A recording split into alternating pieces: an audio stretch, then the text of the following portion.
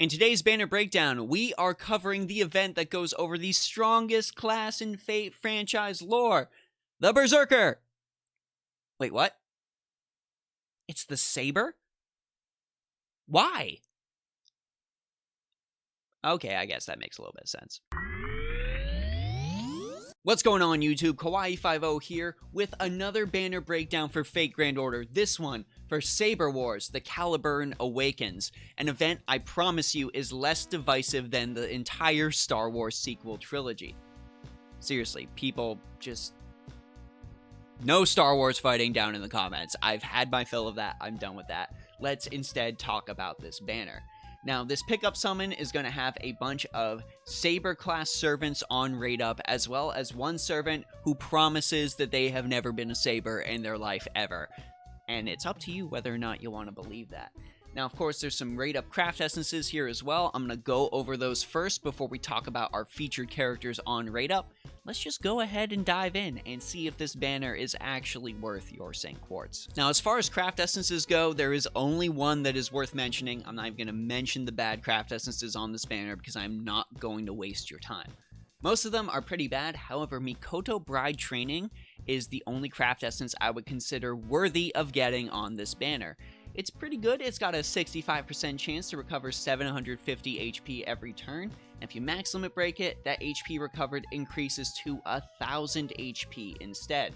On top of that, it purely increases maximum HP on equip from 600 to 2250, depending on how much EXP you are willing to sink into this craft essence.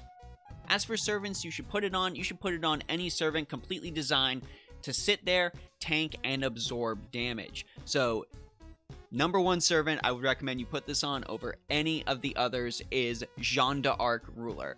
Jeanne completely designed to just sit there, eat up all that tasty damage. So being able to keep her alive long enough for you to tank and turtle, especially on harder challenge quests, if that's the only way you can clear them, definitely a worthy craft essence for her.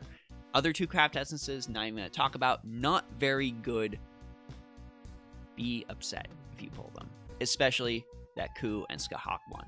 Man, craft essence power creep is real. Now let's start our video talking about mysterious Heroine X, a servant, I'm not going to lie, who was so bad. They needed to strengthen absolutely every single bit of her kit to make her playable. However, after they went and strengthened every little bit of her kit, she's actually pretty okay. I'm only going to go over the strengthened versions of her kit for this video because that is what you're going to end up wanting to use. So her first skill, Fire Support EX, gets upgraded. It reduces all enemies' defense between 10 to 20% for 3 turns, grants a delayed buff to stun them with a stun chance of 60 to 80% for 1 turn, and has that chance to stun all of those enemies after 1 turn as well. Now the cooldown for this is 987 depending on how much you level it up, and this is an okay defensive debuff for enemies, something she really needs with her assassin class. Her second skill, Star of Saber C++, grants her invincibility for 1 turn and will grant you between 10 to 20 critical stars, replacing that absolutely terrible Instinct. Instinct worst skill in the game. Not even going to talk about it otherwise. Now her third skill, Galaxy Meteor Sword XEXA. Yes, you read that right. This is an upgrade she gets after Saber Wars 2 that replaces her previous Galaxy Meteor Sword, so you might have to wait a little bit for that, but it's worth it, I promise.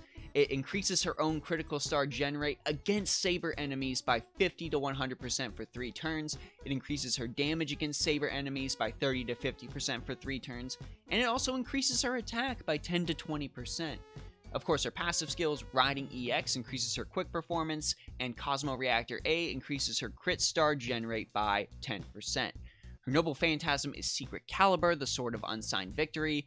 It deals 1600 to 2400% damage to one enemy, and deals an extra 150 to 200% damage against Saberface enemies specifically.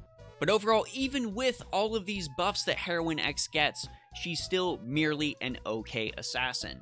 All of those abilities she gets that deal extra damage to Saber-type enemies, still It's much easier and much stronger in a lot of cases to just bring an archer to fight your Saber class enemies, because your archer is going to deal extra damage while at the same time taking less damage from those sabers, whereas Heroine X does not have that class advantage that ends up being so very, very important.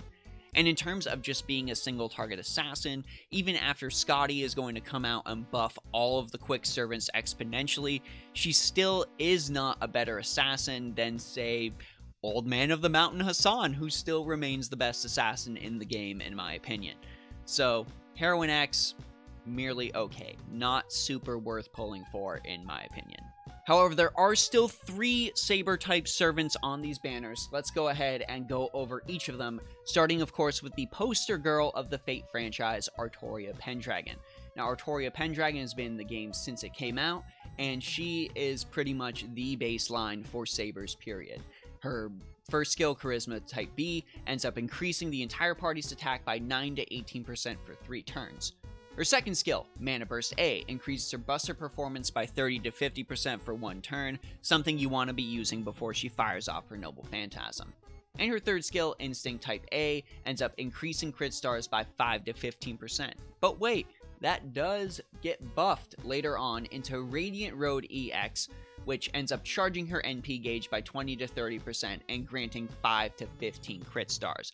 Marginally better, could have been a much better upgrade in my opinion. Now, her Excalibur Noble Phantasm, I'm just going to talk about the upgraded version she gets after her second interlude, deals 400 to 600% damage to all enemies, and more importantly, charges her NP gauge by 20 to 50%. So if you end up having her at NP 5, you fire off that Noble Phantasm, and then you use her Radiant Road ability, you are going to end up getting an 80% charge on that Noble Phantasm, 2 waiver buffs, and you'll be able to fire it off again, so there's a little bit of potential for NP spam. However, even with these upgrades, I really don't think Toria is a very good Saber in comparison to the other 2 Sabers we're going to talk about on this list. Every single Saber on this list is an AoE Saber, and Toria, compared to the other 2, is the weakest of the bunch on this banner. So I would not recommend rolling for her compared to these other 2. And we're going to talk about them right now. And we're going to start the conversation with the Saber of Red, Mordred. Now, Mordred's first ability is Mana Burst A, increasing Mordred's buster performance by 30 to 50% for 1 turn. Pretty much the same as the previous Toria we talked about.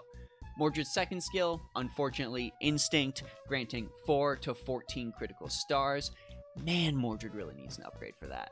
And Mordred's third skill, Secret of Pedigree, the Helm of Hidden Infidelity EX, removes Mordred's debuffs, grants a bonus of 30 to 50% to Mordred's defense for 1 turn, and charges Mordred's MP gauge by 10 to 30%.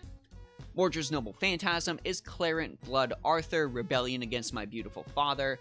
It deals 400 to 600% damage to all enemies after the rank up, and on top of that, it deals an extra 180 to 220% damage to Arthur-type enemies, and increases Mordred's Noble Phantasm charge after use by 20 to 40%.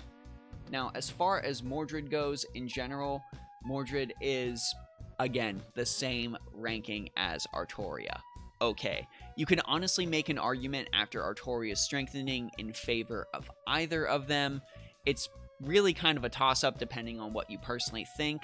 I think that Mordred ends up edging out just a little bit thanks to that utility on her third skill of being able to remove all of her debuffs. I think that's far more key, especially in certain challenge quests that end up showing up. So Mordred ends up narrowing out Toria barely when it comes to skills, though they're both just okay as far as Sabers go. And of course, now we're going to talk about the final Saber on our list, the Destroyer of Civilization, the King of Combat, Altera. First and foremost, I find it necessary to mention that Altera in general is a stat stick. Her stats are pretty crazy. We're talking at max level 12,343 attack and 13,907 HP. If you end up grailing her to 100, max foeing her, that becomes 13,511 attack and 15,236 HP, which is just absolutely nuts in my opinion. Now, as far as Altera's skills go, her first skill, when upgraded after strengthening, becomes Scourge of God rank A, which is just an awesome name for a skill, but most importantly are what it does. It ends up increasing your party's NP damage by 10 to 20% for 3 turns, but more importantly than any of that, it removes all defensive buffs your enemies have. That's defense up, that's evade, that's invincibility, all of that completely and utterly gone, allowing Altera to just cleave through that enemy line, and allowing the rest of your team to just cleave through that enemy line. Altera's second skill after upgrade becomes Natural Body rank EX. It increases her own offensive debuff resistance for 3 turns by 60 to 120%. It ends up healing Altera by 1000 to 3000 HP, and it ends up increasing her crit star absorption by 100 to 300%. Her star absorption is already pretty good, but this ends up kicking it up to the next level, allowing Altera to deal a ton of damage on the turn that you need her to do. And better than anything, it ends up synergizing very well with her third skill. Altera's third skill is Star Emblem rank EX. It increases her own attack by 10 to 30% for 3 turns, and also grants her 5 to 15 critical stars. So you're able to time your critical star gen, and then force Altera to absorb all of those critical stars, dealing damage when you really need her to. Her ultimate, Noble Phantasm, is Photon Ray, the Sword of the War God. It deals 400 to 600% damage to all enemies, and also reduces their defense by 20 to 40% for 3 turns. Now, this Noble Phantasm would be a lot better if it ended up reducing that defense before the damage was dealt, but because we've got Altera with that star absorption, with that attack boost, all of that, she's going to be able to deal extra damage to whatever specific enemy you want in a Brave chain following that damage. So you're still going to be able to reduce enemy defense and then end up dealing a ton of extra damage with Altera on that enemy thanks to this Noble Phantasm. Now, I'm sure you can already tell by the way I'm talking about her, but I consider Altera the absolute prize on this banner. I ended up getting spooked by her on a banner when I was pulling for Nero Bride. I was pretty upset about that initially, but upon using Altera more and more as my premier Saber, she has become an absolute staple of my team, and honestly, I would consider one of the best Sabers in the entire game when it comes to AoE damage. She's able to reduce defense, she's able to deal a ton of damage, she's able to force herself to absorb critical stars, and boost her own damage on top of that, making her, in my opinion, one of the premier Buster crit Sabers. But of course, I want to know what you all think, so go ahead and let me know your thoughts down in our comment section below. Go ahead and let me know what character you're trying to get on this banner, be it for meta reasons or just straight up for waifu reasons. And go ahead and let me know what you've pulled, if you've pulled on this banner after watching this video. I want to know what you were lucky enough to get. As for my overall rating on this banner, I'm going to give it about a 4 out of 10 in all honesty. Pull on it if you need a Saber, but if you find that your Sabers are absolutely fine, there is no reason to pull on this. Skip this banner. Wait, there's a lot of cool stuff coming out this year for FGO. This is Kawaii50 again, hoping you all have a phenomenal day, and we'll see you all in our next FGO video.